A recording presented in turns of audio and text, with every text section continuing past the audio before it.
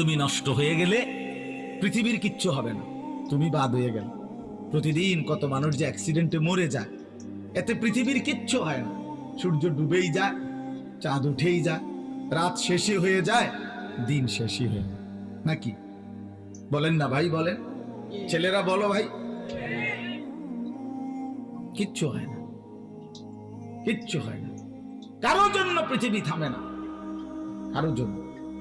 রাসূলুল্লাহ সাল্লাল্লাহু আলাইহি ওয়াসাল্লাম স্পষ্ট হাদিসে আছে, নবীজির একজন ছেলে ইন্তেকাল করছিল, তখন সূর্যগ্রহণ লাগছিল।